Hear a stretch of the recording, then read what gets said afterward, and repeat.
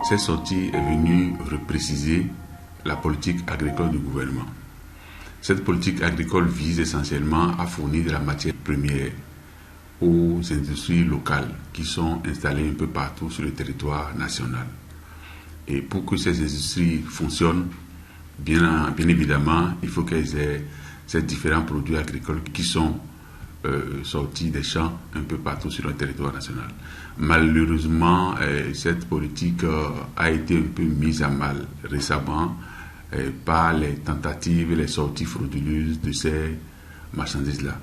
Fort heureusement que grâce à la conjugaison de nos forces, grâce à la mutualisation des différentes forces qui sont sur le terrain, notamment la police républicaine, les forces armées béninoises et la douane, nous avons essayé de maîtriser un peu la situation et aujourd'hui, c'est beaucoup plus encadré et très bien suivi.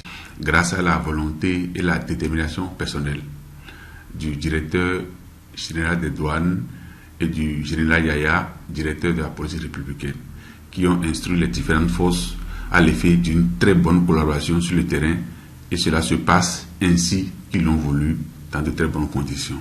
La recrudescence des sorties frauduleuses est due au fait que d'abord sur le terrain, tel que les frontières sont organisées, elles sont facilement contournées par différentes pistes. Les autorités ont été très fermes, le plus fermes possible, pour dire que le soja et l'acajou ne peuvent pas être exportés par voie de terre. Ce sont des marchandises prohibées par voie terrestre.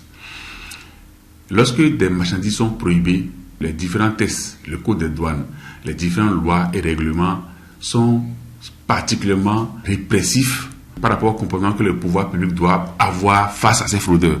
Et donc, nous ne laissons pas de marge de tolérance par rapport à ces infractions. Et je voudrais inviter les producteurs, je voudrais inviter les différents exploitants agricoles, je voudrais inviter les populations en général à respecter scrupuleusement ce qui a été demandé, ce qui a été dit, ces instructions qui sont données. L'exportation ou l'importation des marchandises se font essentiellement par des voies légalement désignées, qu'on appelle voies légales, qui sont tracées, indiquées par les tests. Et donc, c'est en droiture, c'est par ces chemins que vous devez conduire les marchandises dans le but de rencontrer les services douaniers.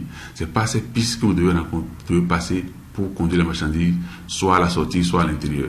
Donc, bien évidemment, si vous voulez contourner, vous voulez échapper au contrôle douanier, vous voulez échapper à la taxation qui est mise en place par l'État, et donc, c'est constitutif d'une infraction, notamment la contrebande. Et cette contrebande, il faut le dire, c'est l'une des infractions douanières les plus réprimées. Lorsque les marchandises sont saisies et que le fraudeur ne s'acquitte pas des différentes amendes qui ont été mises à sa charge, l'administration des douanes adresse une demande de confiscation au tribunal. Et lorsque cette demande est répondue à la positive par l'émission d'une ordonnance, la marchandise est dépossédée de l'usager. Il n'en est plus propriétaire et les tests demandent que l'on organise la vente aux enchères publiques.